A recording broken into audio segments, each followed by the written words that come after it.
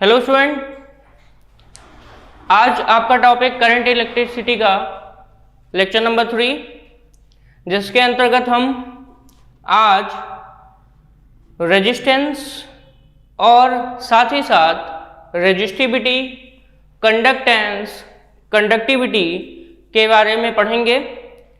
सबसे पहली बात तो इससे पहले के लेक्चर में जो चीज़ें हमने बताई थी वो क्या क्या चीज़ें थी, थोड़ा सा आप इसको समझिए। जैसे कि हमने बताया था ओम्स लॉ, यानी कि ओम का नियम।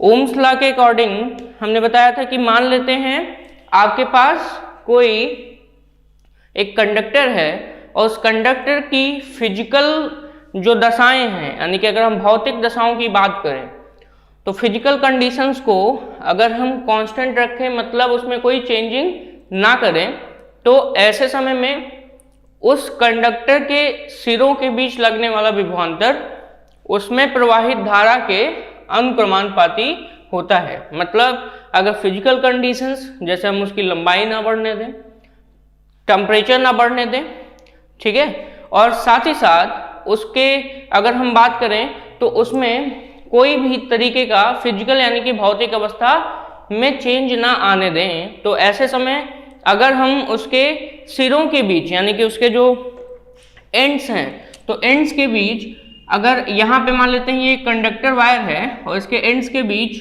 कोई वोल्टेज है, ये कितना है, V है, तो इससे प्रवाहित होने वाली जो धारा है, ठीक है, इससे प्रवाहित होने वाली जो धारा है, जिसको हम मान लेते हैं कितना करंट जा रहा है, I करंट जा रहा है लेकर, तो ये जो वोल्टेज है उसके अंदर यानी कि उसके सिरों के बीच जो लगने वाला वोल्टेज विभवांतर है, it will be directly proportional to current flowing through it, यानी कि इस कंडक्टर से होकर जाने वाली जो धारा है उसके अनुक्रमानुपाती होता है। क्लियर हो गया।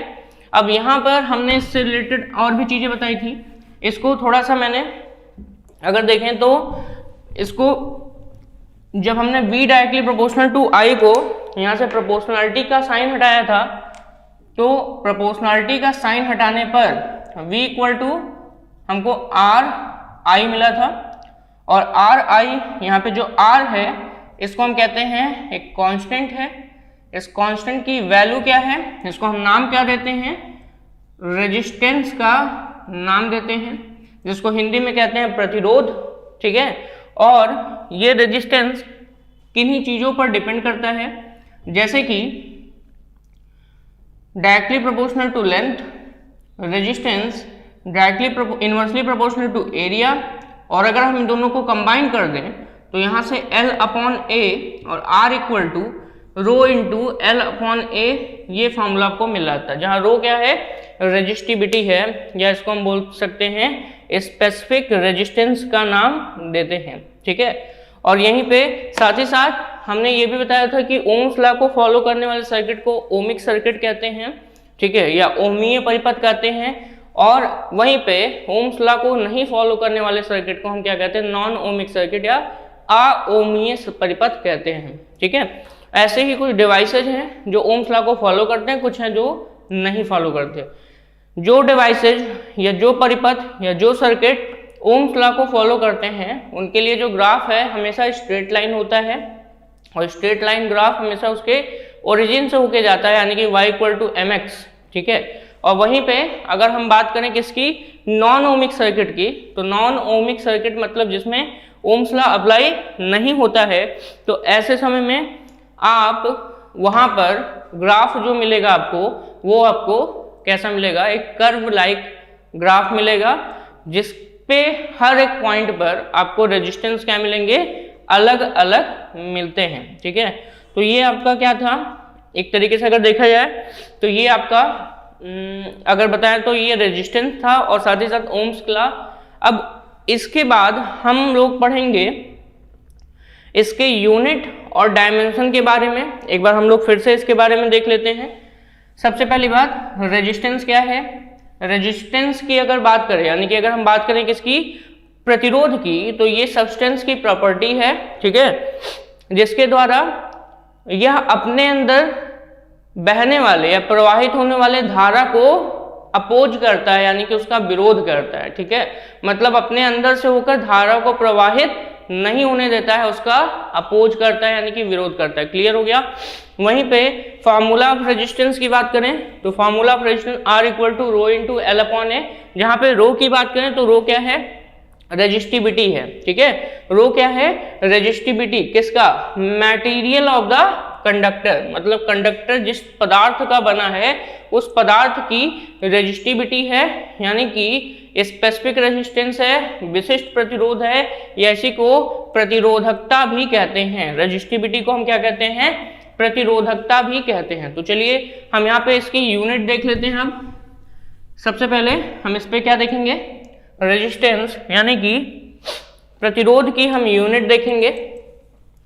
तो हमारे पास लिखा है R equal to rho into l upon ए।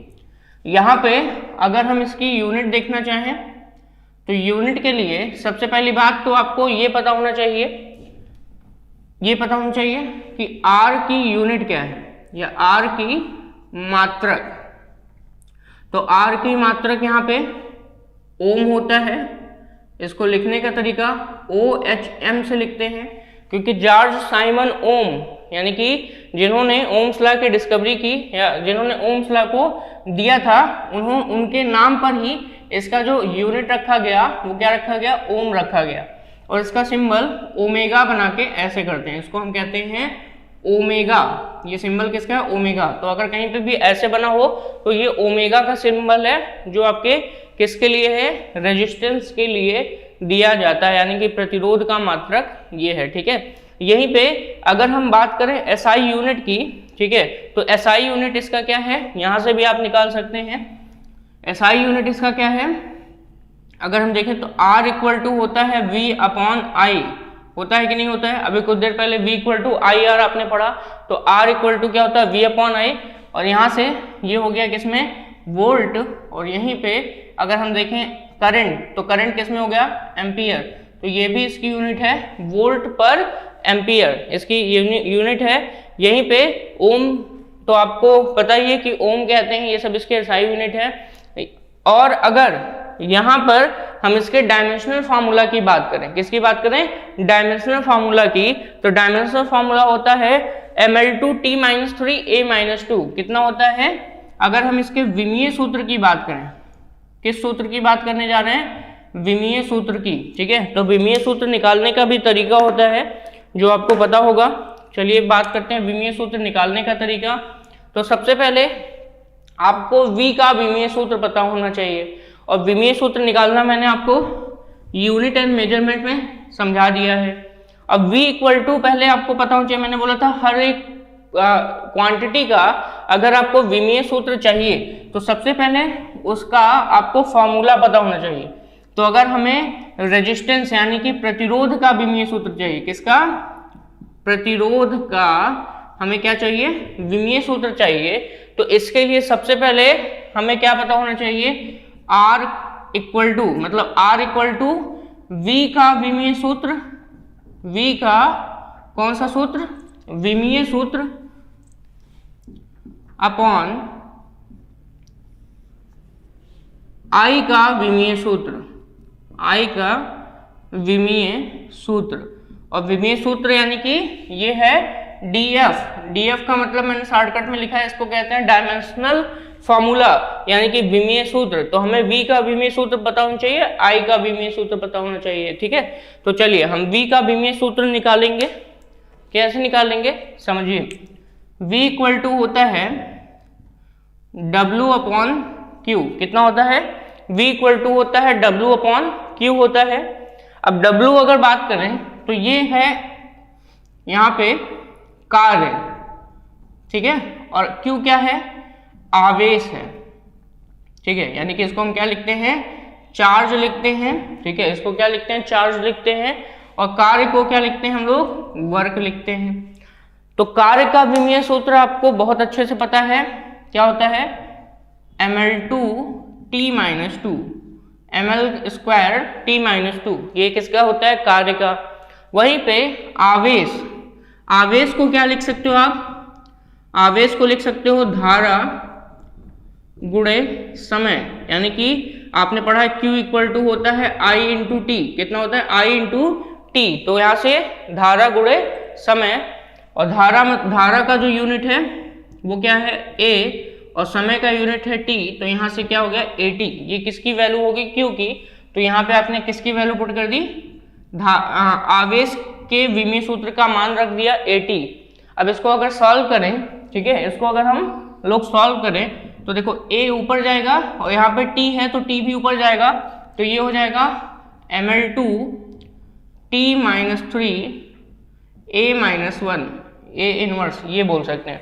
तो ये जो आपका आया है ml² T-3 और यहीं पे A⁻⁻1, ये आपका किसका आया है, विभव यानी कि विभवांतर का। तो V का विमीय सूत्र आपको पता चल गया, उठा करके यहाँ पे पुट करते हैं हम लोग। तो इसका विमीय सूत्र जो मिला है अभी अभी क्या है, ml² T⁻⁻3 A⁻⁻1 या A इनवर्स, और नीचे क्या है करंट। और आपको पता है कि करंट की जो अगर देखें करंट का जो विमीय सूत्र होता है वो कितना है, A होता है, तो यहाँ पे A लिख दिया। अब A नीचे है, इसको ऊपर भेजेंगे तो यहाँ से मिल गया ml² T⁻⁻3 और A की पावर कितना मिल जाएगा, -2, और यही क्या हो जाएगा किसका, R का विमीय सूत्र यानी कि रेजिस्टेंस का विमीय सूत्र हो जाएगा। ठीक है, तो इससे भी क्वेश्चंस आपके बनते हैं कि रेजिस्टेंस का विमीय सूत्र क्या होगा। ठीक है, तो रेजिस्टेंस का विमीय सूत्र याद कर लीजिए, या तो आपको मेथड पता हो, याद कर लेंगे तो आपके लिए बढ़िया है, मेथड पता हो तो उससे भी बढ़िया है। ठीक है, तो विधि पता होनी चाहिए कैसे करेंगे, तो बाकी यूनिट ऑफ मेजरमेंट के भी क्वेश्चन आप आसानी से कर सकते हैं। तो कितना है ml² T⁻⁻3 A⁻⁻2। ठीक है, तो ये हो गया आपका। यहीं पे अभी मैंने आपको बताया था कि डिपेंडेंस ऑफ रेजिस्टेंस किन किन चीज़ों पे होती है, तो उसके लिए मैंने बताया था कि लेंथ पे डिपेंड करता है और क्रॉस सेक्शनल एरिया पर डिपेंड करता है। तो चलिए देखते हैं कि लेंथ पे कैसे डिपेंड कर सकता है और क्रॉस सेक्शनल एरिया पर कैसे डिपेंड कर सकता है। इससे रिलेटेड कुछ फॉर्मूले जो अभी अभी मैंने R = ρ × L/A लिखा था, यही चीज़ मैं फिर से बताने जा रहा हूँ। ठीक है, क्योंकि समझना जरूरी है आपको, अगर आप समझेंगे नहीं तो आप क्वेश्चन कैसे कर पाएंगे। तो चलिए स्टार्ट करते हैं। हेडिंग है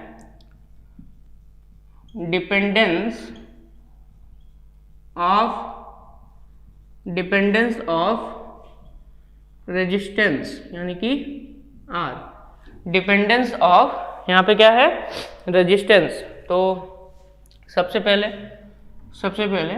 अगर हम बात करें रेजिस्टेंस के डिपेंडेंस की, तो सबसे पहले लेंथ ऑफ द कंडक्टर मतलब चालक, तो चालक की लंबाई के। ठीक है, दूसरा टेम्परेचर के, रेजिस्टेंस की अगर बात करें तो दूसरा किस पे, टेम्परेचर पे, और साथ ही साथ एरिया के इनवर्सली प्रोपोर्शनल भी होता है। तो यहाँ पे अगर हम बात करें डिपेंडेंस की, किसके डिपेंडेंस की, आपके रेजिस्टेंस के डिपेंडेंस की, तो सबसे पहली बात ये किस पे डिपेंड होगा, सबसे पहले लेंथ के डायरेक्टली प्रोपोर्शनल होता है, यानी कि कंडक्टर की जो लंबाई है यहीं पे। दूसरा इसके एरिया पे, मतलब जो थिकनेस है, इसका जो क्रॉस सेक्शनल एरिया है, हिंदी में बोले तो अनुप्रस्थ काट का क्षेत्रफल, इसके इनवर्सली प्रोपोर्शनल होता है। वहीं पे अगर टेम्परेचर की बात करें तो रेजिस्टेंस जो है वो टेम्परेचर के यानी कि तापमान के डायरेक्टली प्रोपोर्शनल होता है। तो चलिए यहाँ पे सबसे पहला हम बात करेंगे किसके बारे में, resistance directly proportional to length of conductor. ठीक है, इसको हम लिख लेते हैं L से। दूसरा है resistance inversely proportional to cross sectional area, जिसको हम किससे डिनोट करते हैं, A से। ठीक है, क्रॉस सेक्शनल एरिया जिसको हम किससे डिनोट करते हैं, A से। और तीसरा है resistance directly proportional to temperature. तो इनमें से पहले और दूसरे को अगर हम देखें तो फॉर्मूला हमको मिलेगा इन दोनों के कॉम्बिनेशन से फॉर्मूला जो मिलेगा, तीसरा भी हटा देते हैं क्योंकि जिस फॉर्मूले की हम बात कर रहे हैं उसमें टेम्परेचर अभी नहीं है। तो यहाँ पे इस पहले और दूसरे के कॉम्बिनेशन से हमको जो फॉर्मूला मिलता है वो मिलता है R डायरेक्टली प्रोपोर्शनल L/A। यहाँ पे पूरे के डायरेक्टली प्रोपोर्शनल है और यहीं पर अगर हम ये प्रोपोर्शनलिटी का साइन हटाते हैं तो इक्वल का साइन आएगा और इक्वल के साइन के साथ एक सिंबल आएगा जिसको हम रो कहते हैं। तो रो इंटू L/A, और ये जो आपको रो इंटू L/A मिला है, यहाँ पे रो क्या है, रो का कुछ नाम है तो हम नाम लिख लेते हैं। रो इक्वल टू होता है स्पेसिफिक रेजिस्टेंस, हिंदी में बोले तो इसको कहते हैं विशिष्ट प्रतिरोध। क्या नाम देते हैं हम लोग, विशिष्ट प्रतिरोध किसी पदार्थ का, यानी कि जो कंडक्टर लिए उसके पदार्थ का विशिष्ट प्रतिरोध है, ये पदार्थ का गुण होता है, ठीक है, रेजिस्टिविटी।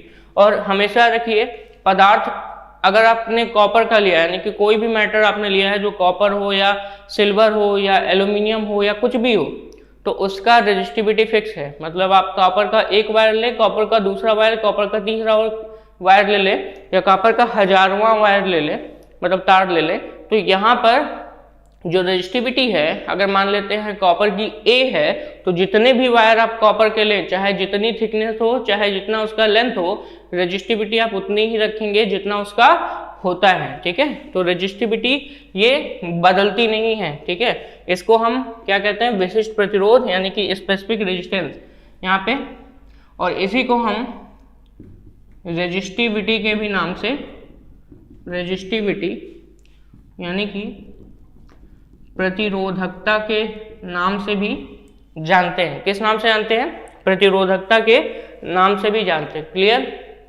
तो ये हो गया यहाँ पे। अब क्वेश्चन ये बनता है कि ये फार्मूला हम कब अप्लाई करेंगे, ये फार्मूला हम तब अप्लाई करेंगे, मान लेते हैं आपके पास एक वायर दिया है, उस वायर की कोई थिकनेस है और उस वायर की जो थिकनेस है वो यूनिफॉर्म है। यूनिफॉर्म मतलब हर जगह समान है। तो वायर की अगर थिकनेस कैसी यूनिफॉर्म है, इसकी एरिया कितनी है, A है, लेंथ कितना दिया है, L दिया है। तो अगर लेंथ और एरिया किसी एक वायर की गिवन है और उसका रेजिस्टेंस पूछ ले तो आप ये फार्मूला अप्लाई कर लेंगे। जैसे मान लीजिए कॉपर है तो कॉपर की रेजिस्टिविटी आपको गिवन होगी, ठीक है, जो भी होगा वो आपको कॉपर की रेजिस्टिविटी यानी कि अगर स्पेसिफिक रेजिस्टेंस की बात करें तो आपको गिवन होगी। दूसरी चीज यहाँ पे क्या है, लेंथ भी गिवन है, एरिया भी गिवन है, तो रेजिस्टेंस इसका तुरंत आप इस फॉर्मूले से क्या कर लेंगे, निकाल लेंगे। लेकिन सपोज दैट आपके पास वायर कितने हैं, 2 हैं, आपके पास वायर कितने हैं, 2 हैं, और दोनों वायर सेम थिकनेस के हैं। दोनों वायर कैसे हैं, सेम थिकनेस वाले। अगर इसकी एरिया A है, इसकी भी एरिया A है, ठीक है, तो या तो हम ऐसा कर सकते हैं, इसका लेंथ सेम है, दोनों का लेंथ क्या है, सेम है, बट एरिया इसका A1 है, इसका एरिया क्या है, A2 है।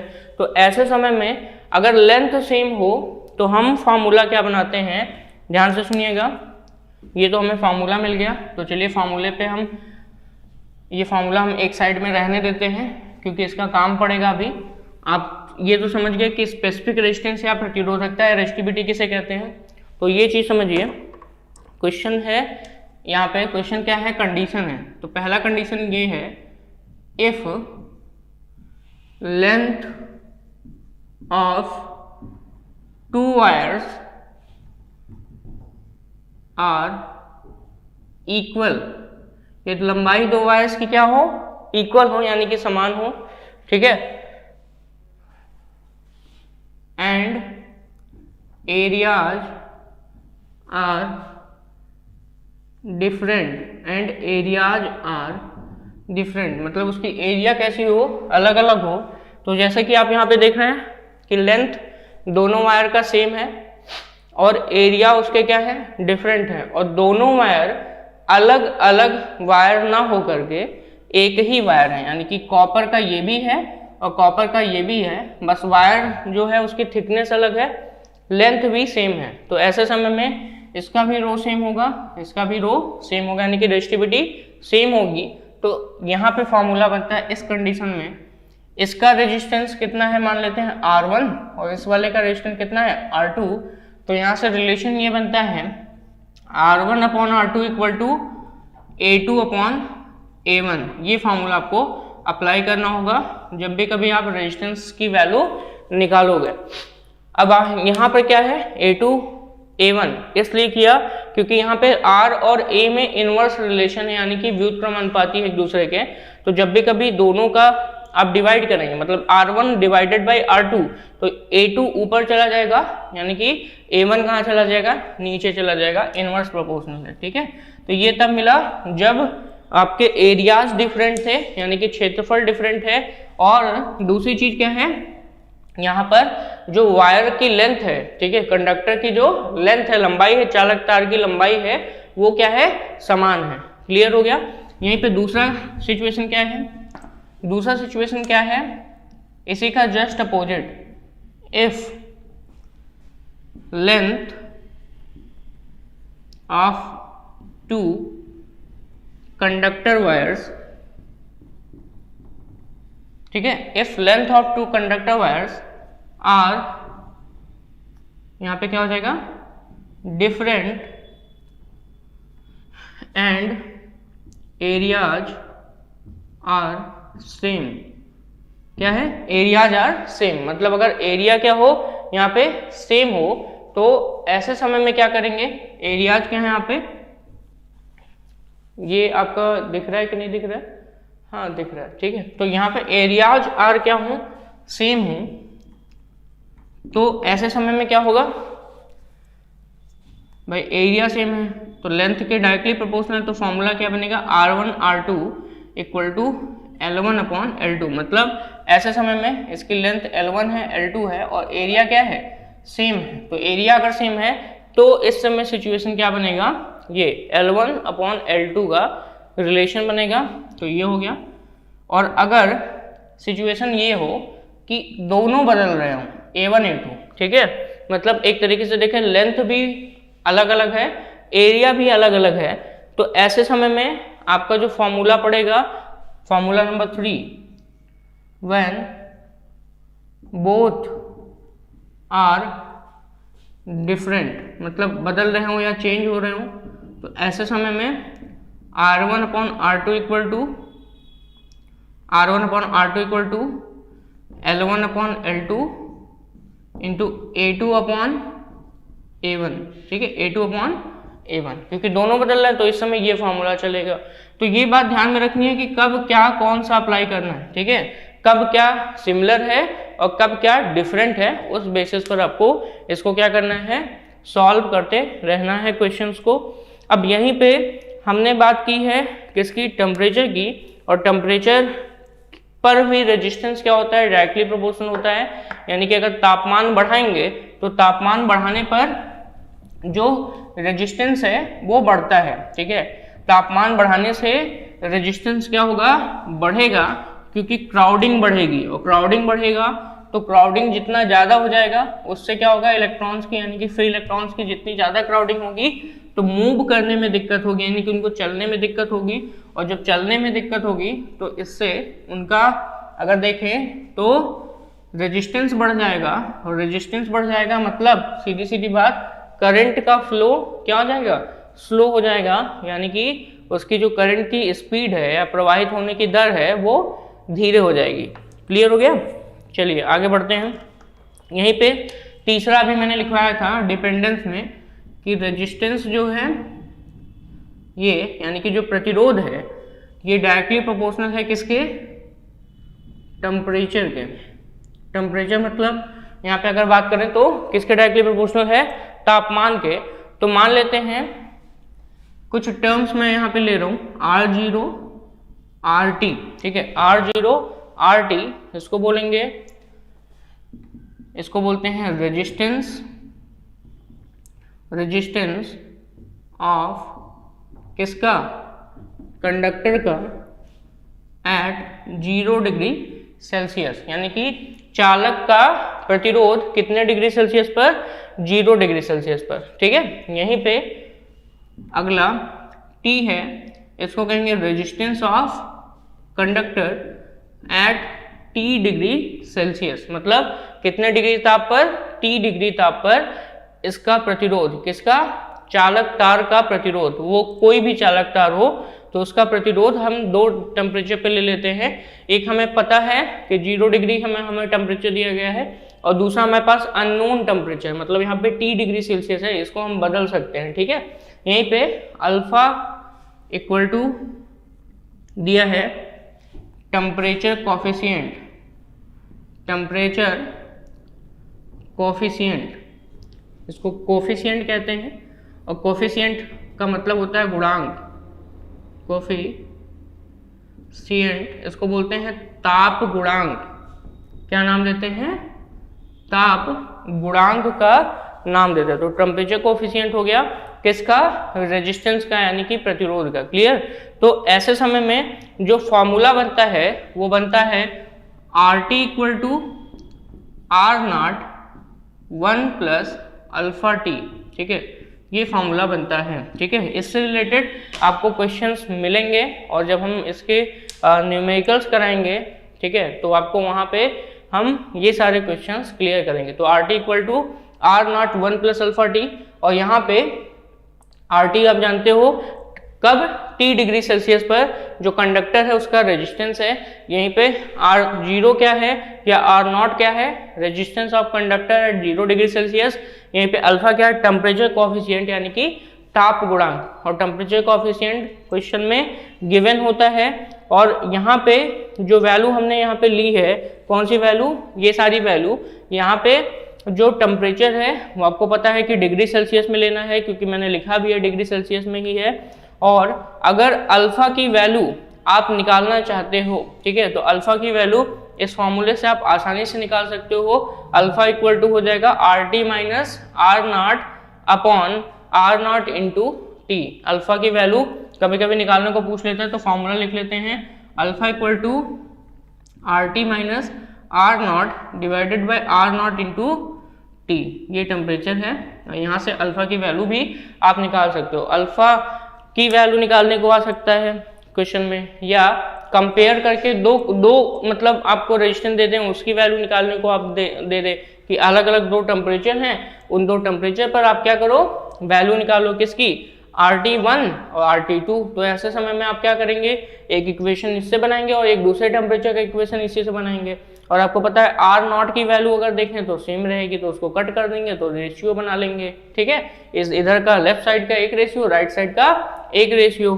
ठीक है, तो यहाँ से आपका ये तो आपको पता चला किसके बारे में। अगर बात करें किसके बारे में, ये है आपका रेजिस्टेंस किन किन चीज़ों पे डिपेंड करता है, यानी कि डिपेंडेंस ऑफ रेजिस्टेंस, यानी कि प्रतिरोध की निर्भरता। इसको क्या कहते हैं? प्रतिरोध की निर्भरता। और आपको यहाँ से ये चीज़ क्लियर हुई कि जो प्रतिरोध है ये किन किन चीज़ों पे डिपेंड करता है। आपका सबसे पहला लेंथ, देन एरिया, देन आपका क्या है? टेम्परेचर। और यहाँ पे हमने ये सारी चीज़ें आपको क्लियर कर दी। टेम्परेचर कोफिशिएंट, ये फॉर्मूला आप नोट करिएगा जरूर एक जगह, क्योंकि इससे रिलेटेड क्वेश्चंस आपको आते ही आते हैं। ठीक है, और समझ में भी आएंगे, क्योंकि इजी वे है, क्वेश्चन को समझना सबसे ज़रूरी बात है। फॉर्मूला सबसे पहले देखिए, आपको अगर न्यूमेरिकल सॉल्व करना है, कोई भी न्यूमेरिकल अगर आपको सॉल्व करना है, ठीक है, इवन कहीं से भी, फिजिक्स से कहीं से भी उठा लीजिए, चाहे केमिस्ट्री आप पढ़ते हैं उसके भी न्यूमेरिकल्स उठा लीजिए, तो उसको सॉल्व करने के लिए सबसे पहली बात तो ये ध्यान में रखिए कि सबसे पहला आपको उसका क्या पता होना चाहिए। सबसे पहले उसका फॉर्मूला अप्लाई करना है कहाँ, वो पता होना चाहिए। ठीक है, दूसरी चीज, उस फॉर्मूले को तो आपने पढ़ लिया, लेकिन फॉर्मूले के जो सिंबल्स हैं, ठीक है, जो सिंबल्स हैं, मतलब एक तरीके से उसके जो चिन्ह है वो आपको पता होना चाहिए कि सिंबल कह क्या रहा है। और सिंबल अगर पता है आपको, तो आपको MKS यूनिट भी पता होनी चाहिए, यानी कि मात्रक पता होना चाहिए। अगर MKS यूनिट नहीं पता होगी तो आप क्या करोगे? CGS यूनिट में वैल्यू निकाल लोगे या FPS यूनिट में वैल्यू निकाल लोगे। ठीक है, तो ऐसे समय में आपको दो चीजें यहाँ पे MKS यूनिट या SI यूनिट भी पता होनी चाहिए। ठीक है, तो ऐसे समय में आपको एसआई यूनिट पता है, एमकेएस यूनिट पता है, और साथ ही साथ इनका कन्वर्जन भी पता होना चाहिए कि कन्वर्जन कैसे कर सकते हैं, जो कि मैं पहले चैप्टर में आपको बता चुका हूँ। तो कन्वर्जन की अगर बात करें तो कन्वर्जन कैसे करेंगे वो मैं बता चुका हूँ, उसको आप वहाँ से देखिएगा। तो अगर बात करें सबसे पहले फॉर्मूला, ये तो आपको पता होना चाहिए। दूसरी चीज सिंबल्स क्या करें, यानी कि उसके जो चिन्ह है, यानी कि जैसे मान लीजिए मैंने एफ लिखा तो एफ का मतलब क्या है, फोर्स होता है, कई जगह कुछ और होता है, तो वो समझना है कि उस फॉर्मूले में इसका मतलब क्या है, ठीक है। और तीसरी चीज एमकेएस यूनिट, यानी कि उसका मात्रक। तो कभी कभी क्वेश्चंस में जैसे मान लीजिए लेंथ दिया है आपका सेंटीमीटर में 10 सेंटीमीटर, अब क्या करेंगे, उठा करके मैंने फॉर्मूला रख दिया, आंसर गलत आ रहा है। तो ये चीज समझना है कि पहले हम क्या करें, जो सेंटीमीटर में चीज दी है उसको पहले हम क्या करें, कन्वर्ट करें किसमें, एमकेएस यूनिट में, ठीक है। तो ये सारी चीजें पता होनी चाहिए कि 1 सेंटीमीटर में 10⁻⁻² मीटर होता है, ये सब आपको पता होना चाहिए। और ये पता होगा तो आप न्यूमेरिकल्स बहुत ही आसानी से कर सकते हैं। तो ये 3 चीज तो आपको पता ही होना चाहिए। और फोर्थ चीज ये है कि क्वेश्चन में जो चीज गिवन है, जैसे होता है ना क्वेश्चन में कुछ चीजें गिवन होती हैं, जैसे अभी मैंने लिखा कि लेंथ दिया है 10 सेंटीमीटर, तो जो दिया है वो गिवन है, तो उसको समझिए कि ये क्या दिया है, उसका सिंबल क्या है, ठीक है। तो अगर आपको वो सिंबल पता चल जाएगा तो सीधी सीधी बात आप उससे फॉर्मूला निकाल लोगे, आप उसका एमकेएस यूनिट निकाल लोगे, पता कर लोगे कि यूनिट कैसा, फॉर्मूले पे रख के जो चीज आपसे पूछ रहे हैं उसकी वैल्यू निकाल लोगे। तो ये 4 चीजें जब भी कभी आप न्यूमेरिकल्स करिए तो ये 4 चीजें हमेशा माइंड में बना लीजिए कि आपको करना क्या है, इन 4 चीजों के बारे में सबसे पहले आपको समझना है और जानना है, तभी आप इससे रिलेटेड क्वेश्चंस कर पाएंगे, या कोई भी फिजिक्स का क्वेश्चन हो आप कर ले जाएंगे, नो डाउट, ठीक है, 100%। तो ये चीज ध्यान में रखना है, ठीक है। तो चलिए अगले टॉपिक पे पढ़ते हैं। आज का अगला टॉपिक, अब हमने रेजिस्टेंस पढ़ लिया तो उसका अपोजिट भी पढ़ना है। उसका अपोजिट का मतलब कंडक्टेंस भी है, साथ ही साथ रेजिस्टिविटी पढ़ा तो उसकी अपोजिट क्या है, कंडक्टिविटी है। तो सबसे पहले हम पढ़ेंगे रेजिस्टिविटी के बारे में। किसके बारे में, रेजिस्टिविटी, जो मैंने अभी रो से डिनोट किया था, इसी के बारे में हम लोग फिर से पढ़ेंगे, फिर से इसलिए क्योंकि इसके भी कुछ यूनिट हैं, ये भी आपको पता होना चाहिए। डायमेंशनल फार्मूला क्या होगा ये भी आपको पता होना चाहिए। तो चलिए रेजिस्टिविटी की बात करें, जिसको हम हिंदी में क्या कहते हैं, प्रतिरोधकता, और या इसी को स्पेसिफिक रेजिस्टेंस भी कहते हैं, स्पेसिफिक रेजिस्टेंस भी कहते हैं, ठीक है। हिंदी में इसको क्या कहेंगे, विशिष्ट प्रतिरोध, ठीक है। किससे डिनोट करते हैं, रो से डिनोट करते हैं। विशिष्ट प्रतिरोध किससे डिनोट करते हैं, इसको रो से डिनोट करते हैं। तो चलिए रेजिस्टिविटी की अगर बात करें तो रेजिस्टिविटी का फॉर्मूला हम कहाँ से निकाल सकते हैं, हमने फॉर्मूला अभी कुछ देर पहले पढ़ा, R इक्वल टू क्या होता है, रो इंटू L/A। तो अगर मैं रो चाहिए तो बाकी चीज़ों को छोड़ करके इसी को यहाँ उसको उधर कर दें, यानी कि इसको छोड़ दें और बाकी चीज़ों को इक्वल साइन के उधर कर दें, तो ये हो जाएगा rho equal to R into A/L। A ऊपर चला गया, एल नीचे आ गया, ठीक है। तो रो इक्वल टू क्या मिल गया आपको, R इंटू A/L। अब ध्यान से सुनिए, यूनिट की बात करें, ये तो फॉर्मूला मिल गया किसका, रेजिस्टिविटी का। यहीं पे इसकी यूनिट की बात करें तो यूनिट यानी कि मात्रक, यूनिट ऑफ रो, यानी कि रो का जो मात्रक है, इस पे हम कैसे बात करेंगे, तो चलिए देखते हैं। इक्वल टू यहाँ पे R का मात्रक क्या होता है, ओम, ठीक है। एरिया है तो एरिया का मात्रक क्या होता है, मीटर स्क्वायर, और नीचे लेंथ है तो लेंथ का मात्रक क्या होता है, मीटर। तो मीटर से मीटर स्क्वायर की पावर कैंसिल, तो यहाँ पे बचा ओम और साथ ही साथ क्या बचा, मीटर। तो यूनिट क्या आ गई, ओम मीटर। किसका यूनिट आ गया, रो का मात्रक, यानी कि रो की जो यूनिट है वो आपको क्या मिल गई, ओम मीटर मिल गया, ठीक है। तो ये यूनिट हो गई किसकी, रो की, ठीक है। अब आगे, इसके जस्ट आगे हम इसका डायमेंशनल फार्मूला भी देखेंगे, और डायमेंशनल फार्मूला पढ़ने से पहले आपको ये पता होना चाहिए कि रेजिस्टेंस का डायमेंशनल फार्मूला क्या है, जो कि अभी मैंने आपको कुछ देर पहले बताया था, ml2t-3 A to the power -2, ठीक है। तो ये किसका फॉर्मूला है, रेजिस्टेंस का डायमेंशनल फॉर्मूला है। तो अगर हमें डायमेंशनल फॉर्मूला की बात करें, यानी कि बीमीय सूत्र किसका, डायमेंशनल फॉर्मूला यानी कि बीमीय सूत्र किसका, रो का। तो यहाँ से सबसे पहले R का डायमेंशनल फॉर्मूला रखोगे जो क्या है ml2 t to the power -3 a to the power -2। तो ये formula ml2 t to the power -3 a to the power -2 ये किसका है, रेजिस्टेंस का। वहीं पे अगर हम बात करें एरिया की, तो एरिया का डायमेंशनल फॉर्मूला होता है, आपको पता है, L²। और वहीं पे लेंथ का डायमेंशनल फॉर्मूला होता है L, ठीक है। तो लंबाई का डायमेंशनल फॉर्मूला यानी कि विमीय सूत्र L है, एरिया यानी कि क्षेत्रफल का L² होता है। वहीं पे आपका जो रेजिस्टेंस है इसकी अभी अभी निकलवाई थी हमने, तो क्या था ml2 t to the power -3 a to the power -2। तो यहाँ से इसका एक पावर इसके पावर से कैंसिल कर लेंगे तो बचेंगे क्या, ऊपर l की पावर 1 और l की पावर 1 को l की पावर 2 से ऐड कर दें तो यहाँ से रो की वैल्यू हमें पता चल जाएगी। ml2 था, यहाँ 1 बचा, ml3 t to the power -3 a to the power -2। ये क्या आ गया, डायमेंशनल फॉर्मूला आ गया, किसका, रो का डायमेंशनल फॉर्मूला आ गया, ठीक है। तो ये चीज़ आपकी क्लियर। अब यहाँ पे रेजिस्टिविटी के बारे में आपने समझा, इसका डायमेंशनल फॉर्मूला भी समझ लिया। अब यहाँ पर रेजिस्टेंस का कुछ और भी फॉर्मूले हैं और साथ ही साथ रो के भी कुछ फॉर्मूले हैं।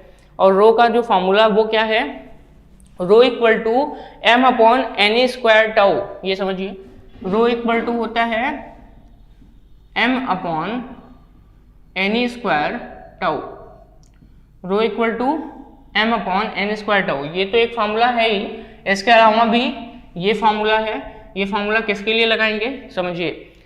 यहाँ पे m क्या है, यहाँ पे m क्या है, m equal to mass of electron, ठीक है।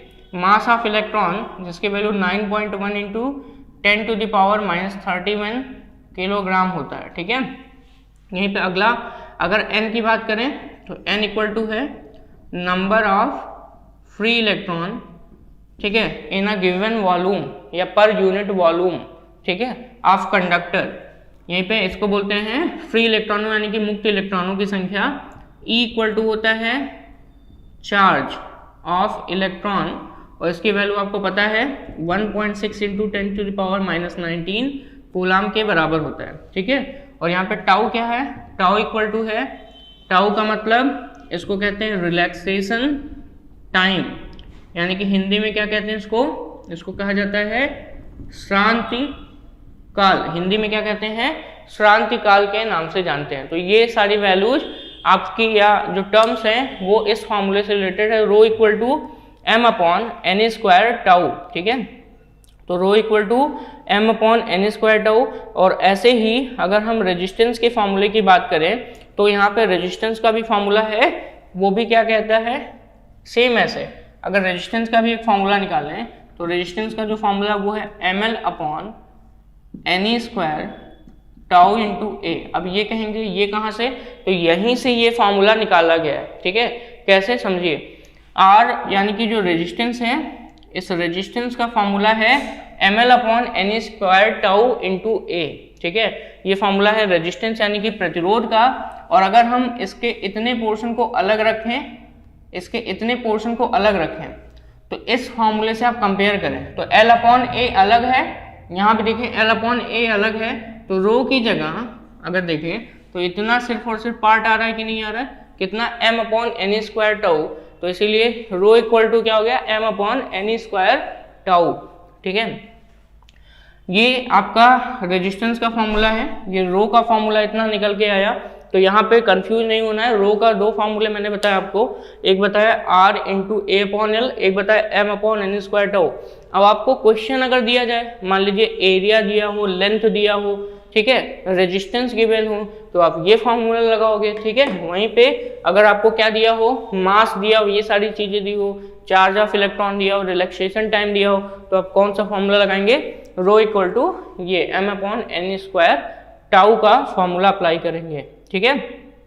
तो ये हो गया आपका किसके बारे में, रेजिस्टिविटी के बारे में। कुछ प्रॉपर्टीज और हैं, इनके लिए हम समझ लेते हैं कि जो रेजिस्टिविटी है, यानी कि अगर हम बात करें प्रतिरोधकता की, जैसा कि मैंने आपको लिखा भी है, रेजिस्टिविटी या स्पेसिफिक रेजिस्टेंस भी कहते हैं, यानी कि विशिष्ट प्रतिरोध भी कहते हैं। तो अगर हम बात करें रेजिस्टिविटी की, तो ये इंट्रिंसिक प्रॉपर्टी है सब्सटेंस की। मतलब समझिए, इंट्रिंसिक और एक्सट्रिंसिक का मतलब दो है, यानी कि इंट्रिंसिक मतलब अंदर, आंतरिक, और यहीं पे अगर एक्सट्रिंसिक की बात करें तो बाह्य होता है। यानी कि जो इंट्रिंसिक प्रॉपर्टी ऑफ सब्सटेंस होती हैं वो shape size of the body से इंडिपेंडेंट होती है, यानी कि स्वतंत्र होती हैं।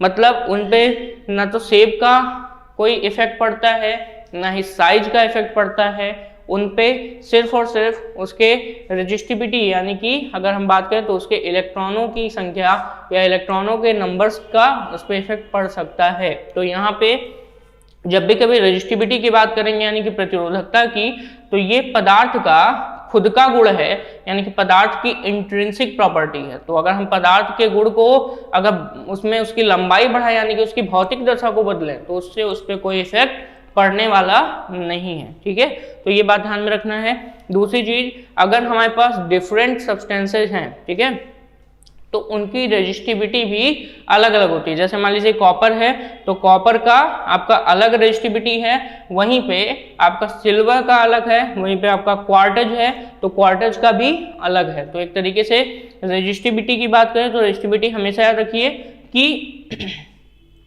जो रेजिस्टिविटी है वो हमेशा डिफरेंट सब्सटेंस का अलग अलग होगा।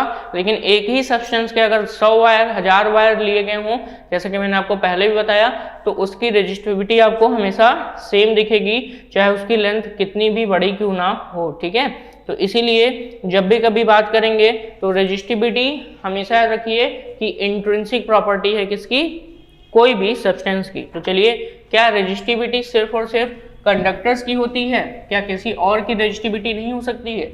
बिल्कुल हो सकती है। जैसे कि इंसुलेटर है तो उसकी भी रेजिस्टिविटी होती है। यहीं पे अगर बात करें सेमीकंडक्टर की तो उसकी भी रेजिस्टिविटी है। एलॉय यानी कि मिश्र धातु की तो उसकी भी रेजिस्टिविटी है। ठीक है, और वहीं पे कंडक्टर की बात करें यानी कि चालक तार की, तो उसके अंदर भी रेजिस्टिविटी पाई जाएगी। यानी कि अगर हम बात करें रेजिस्टिविटी यानी कि प्रतिरोधकता की, तो प्रतिरोधकता हमेशा याद रखिए कि ये सिर्फ और सिर्फ सब्सटेंस यानी कि पदार्थ का आंतरिक गुण है। ठीक है, यानी कि इंट्रिंसिक प्रॉपर्टी। तो यहाँ पे हम लिख भी देते हैं intrinsic property of material. Intrinsic property of material मतलब पदार्थ का क्या है, इंट्रिंसिक प्रॉपर्टी है। ठीक है, मतलब does not depend on size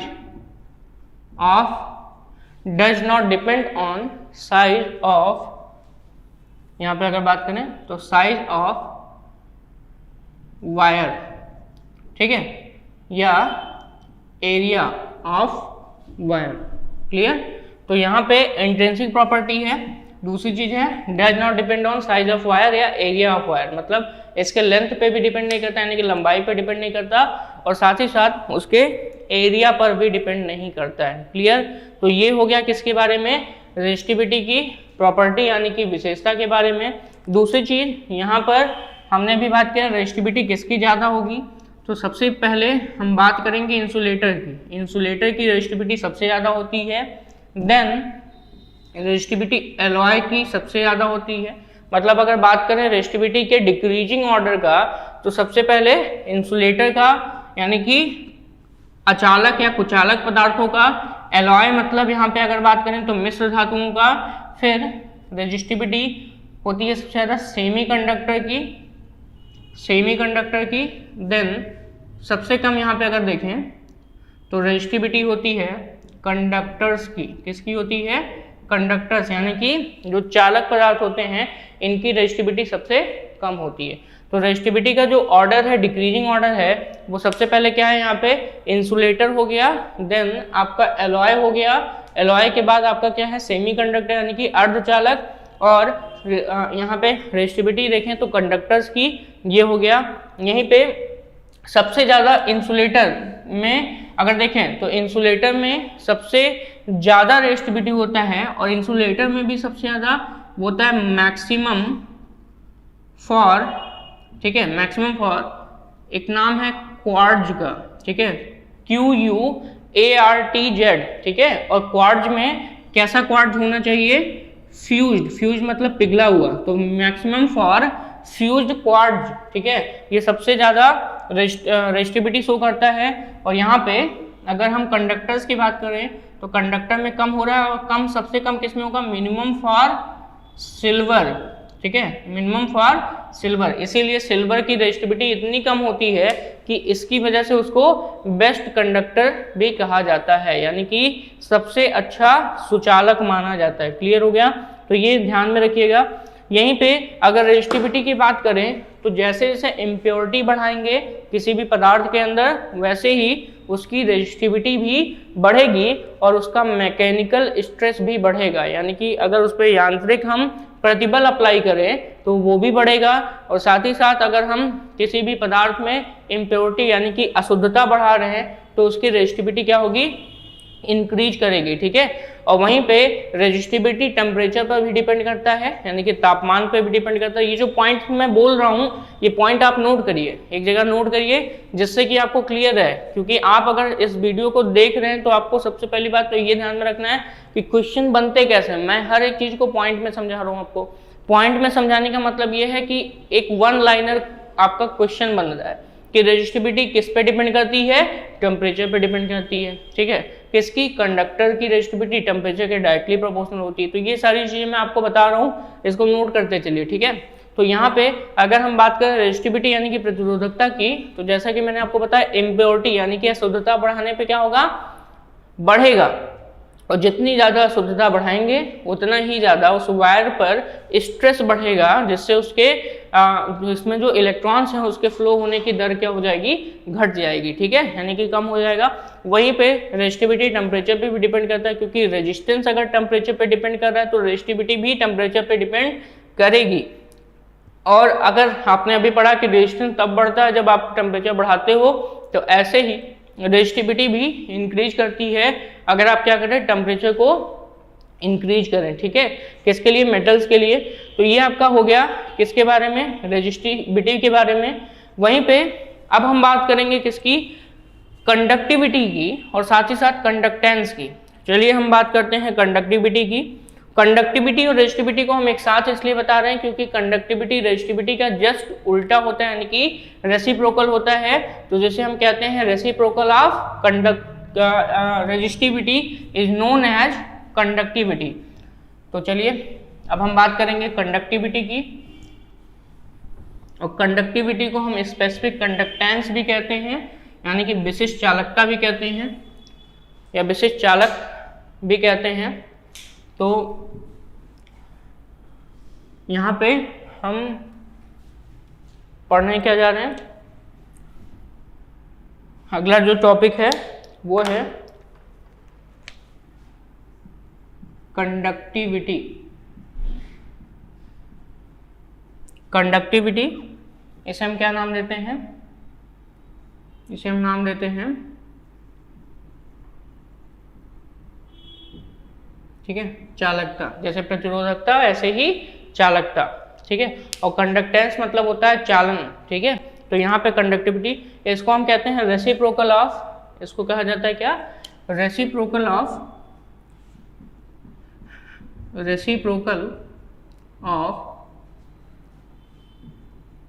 resistivity, ठीक है। इसको कहते हैं रेसिप्रोकल ऑफ रेजिस्टिविटी, यानी कि इसको हम सिग्मा से तो डिनोट करते हैं।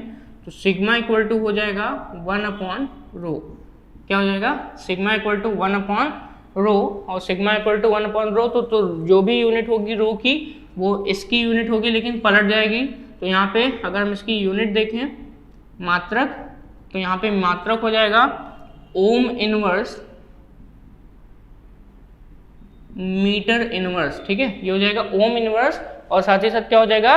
Metre inverse. और यहीं पे, ठीक है, ओम इनवर्स और मीटर इनवर्स ये किसकी यूनिट हो गई, आपके कंडक्टिविटी की हो जाएगी। और इसी को ओम इनवर्स को हम कहते हैं MHO, मो, ठीक है, मो, और मीटर इनवर्स ये भी होता है।